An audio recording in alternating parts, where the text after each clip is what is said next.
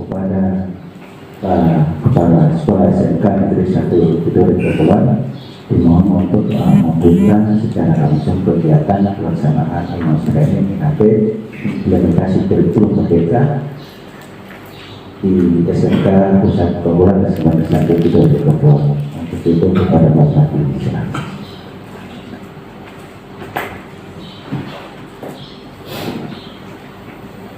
Bismillahirrahmanirrahim. Assalamualaikum warahmatullahi wabarakatuh.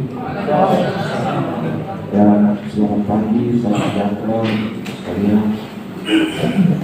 Syukur alhamdulillah kita pagi ini masih diberikan nikmat dan umur, sehat walafiat, sehingga masih di sini dalam rangka untuk mengikuti rangkaian kegiatan satu bulan.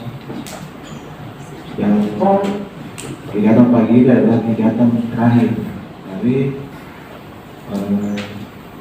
12 item di sekolah pusat Kediri.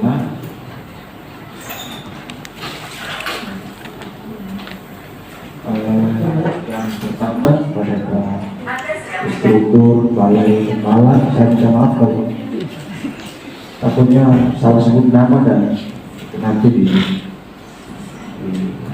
perkenalkan secara detail. Di tengah kita hadir struktur dan balai. Perlu kami sampaikan secara umum bahwa sesuai schedule seharusnya di laporan si PKP itu IHT itu sudah dilaksanakan sebelum pantauan pendampingan pertama dari malam waktu itu. Yang waktu itu Ibu Abu datang. Tapi seharusnya sebelum itu sudah ada IHT, sehingga ada kekurangan apa di Boboti, di diskusi lagi Ibu Abu bersama kita semua, terutama untuk komite belajar yang kemarin sudah mengikuti.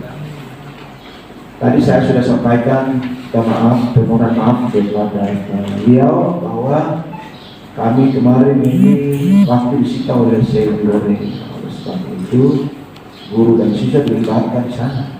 Hampir 2 bulan itu tidak ada proses belajar mengajar dan tidak ada aktivitas lain karena kami memang konsentrasi di Bapak Ibu guru juga menjadi pendamping di pendidikan seni, kemudian anak-anak juga dilibatkan dari lingkungan, kemudian kebersihan, kemudian bergabung di sekretariat. Jadi memang itu yang membuat kami. Beliau tadi sudah sampaikan bahwa ini juga termasuk kunjungan terakhir di semua provinsi, 5 provinsi, karena semua sudah keliling-keliling terakhir pos terakhir karena kita terakhir pada minggu ini kemudian ini. Karena pendaftaran sudah dibuka tanggal 25 kemarin, tutup tanggal 15 Januari pendaftaran untuk tahap 2023. Itu artinya bahwa semua aktivitas mobil Indonesia dapat. Oleh sebab itu, saya juga tadi sampaikan bahwa di SMK ini kan tahapan 2022 ini adalah kelanjutan. Sebelum itu jurusan PKJ, kemudian di 2021 itu jurusan PKJ, 2022 itu adalah tata busana. Banyak hal yang berkaitan dengan kurikulum merdeka yang nanti disampaikan oleh beliau. Saya harapkan kita semua mengikuti secara serius. Walaupun sudah terlambat namun seharusnya semester ini sudah kita implementasi di kelas. Mudah-mudahan semester ini karena tadi schedule-nya terlambat, jadi kita menyesuaikan dari yang sudah kita lakukan. Bapak Ibu komite pelajar juga kemarin juga sudah berbagai kegiatan itu di Boboti disampaikan, walaupun tidak sempurna. Mudah-mudahan kehadiran beliau untuk menyempurnakan apa yang kita pahami selama 6 bulan ini. Oleh sebab itu saya mengucapkan Bismillahirrahmanirrahim, membuka dengan resmi IHT SMK Negeri 1 Tidore Kepulauan Sekolah Pusat Keunggulan tahun 2022 dengan besok. Alhamdulillahirrahmanirrahim. Assalamualaikum warahmatullahi wabarakatuh.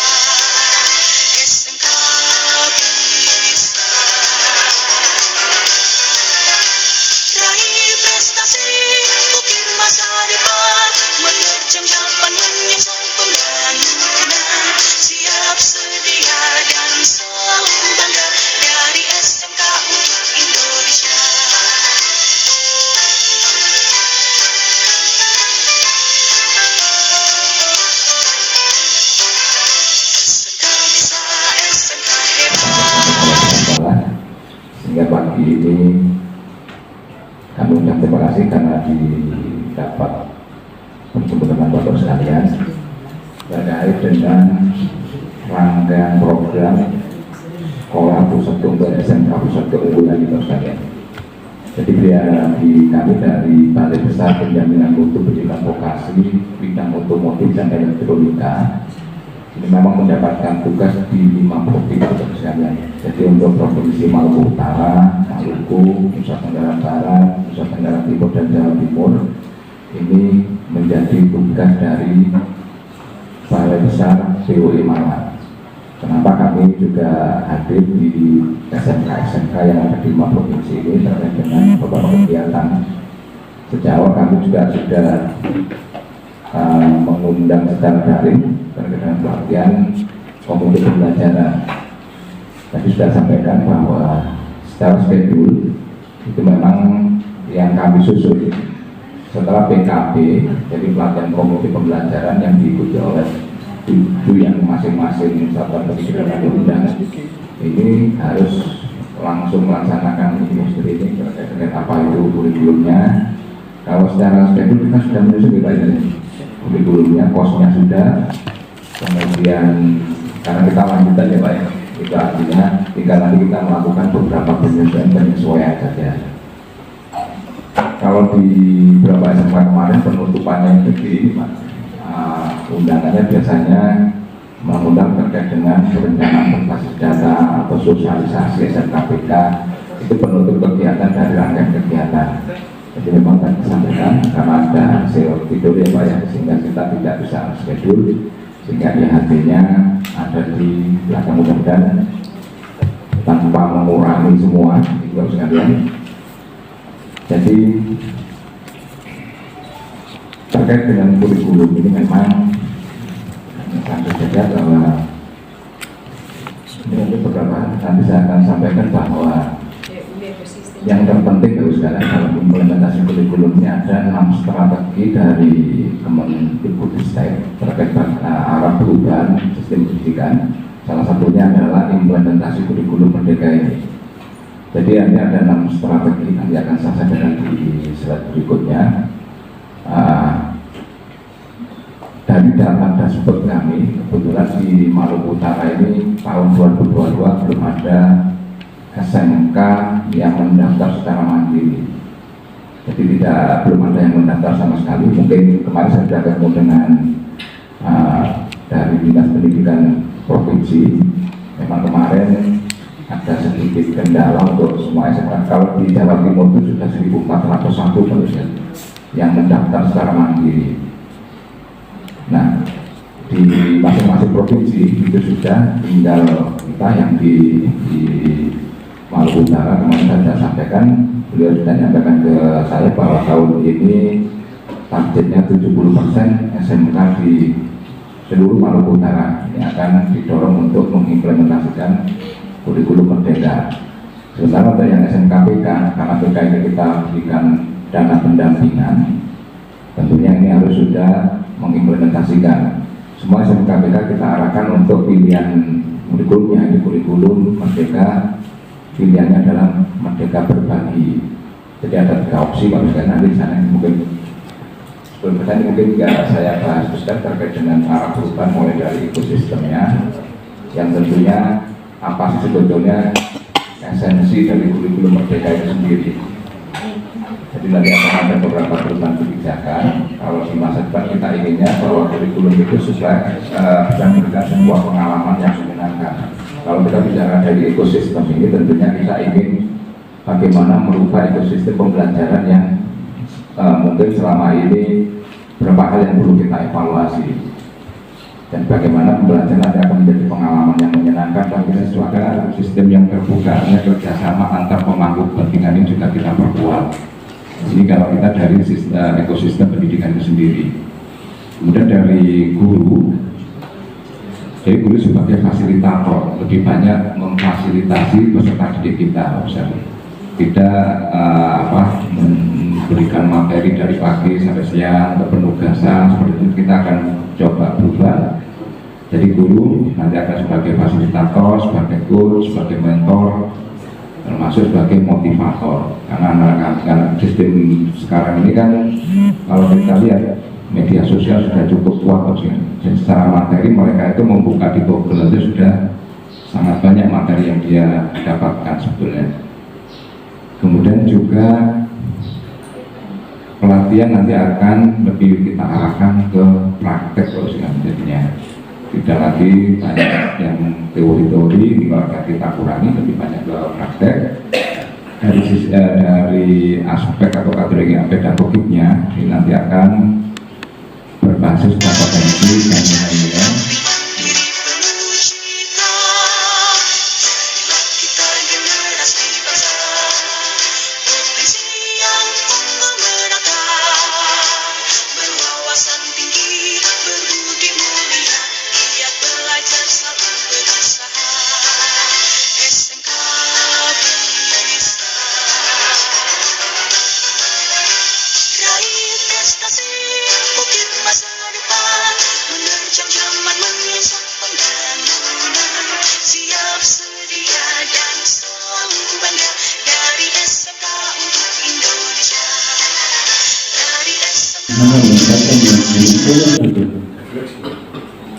Lalu kira-kira kapan yang khusus bisa pakai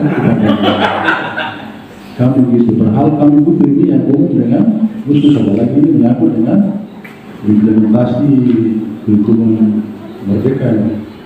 Kalau guru yang lain barangkali mereka sudah paham itu, tapi kalau saya ini yang Merdeka ini yang 14 saja masih kurang, dan ditambah dengan Merdeka terutama terkait dengan jaminan penilaian. Kemarin kalau tidak salah apa yang disampaikan oleh Pak Satu itu bahwa ada perbedaan antara yang K13 dan Merdeka, sehingga pada saat penilaian juga berkaitan dengan interval nilai dan lain sebagainya, kami juga belum terlalu memahami lebih dalam. Oleh karena itu, dengan kalian Bapak ini tadi ya ada demikian. Assalamualaikum warahmatullahi wabarakatuh. Pelaksanaan sekolah PK ini di Senggar, alhamdulillah kami juga merasakan manfaatnya, terutama dengan kegiatan-kegiatan yang berkaitan dengan upskilling, Pak. Kalau kita di jurusan itu memang terserah kita lebih banyak di lapangan, sehingga kita butuh ilmu-ilmu yang memang berkaitan dengan jurusan kita. Jadi kemarin di bulan Oktober itu kami melaksanakan upskilling full industri, Pak, dan kami berterima kasih kepada VDC Malang, di mana sertifikat yang kami peroleh itu berstandar internasional. Ini memang sebenarnya sudah lama kami idamkan, tetapi mungkin dengan program ini bisa kami ikuti. yang kita tahu sendiri bahwa ini kalau kita ikuti secara mandiri, ini mengeluarkan biaya yang luar biasa, tidak sedikit. Nah, kemudian saya hanya ingin memberikan sedikit, Pak, apakah kira-kira kalau pelaksanaan upskilling ini, karena kemarin itu informasinya kita kurang sampai, Pak. Saya kebetulan ada di grup teman-teman yang di sekolah lain di Jawa, itu kebetulan memperoleh link tersebut. Sehingga apakah kita di Indonesia Timur ini, ya notabene kita ini kalau berbicara tentang teknologi, Pak, teknologi informatika, ini kita masih jauh tertinggal dari daerah lain. Sehingga kami sangat berharap kalau memang ada pelatihan atau kegiatan-kegiatan seperti itu, kami bisa diprioritaskan. Nah, jadi kalau bisa, saya kira itu saja yang perlu saya sampaikan. Terima kasih. Assalamualaikum warahmatullahi wabarakatuh.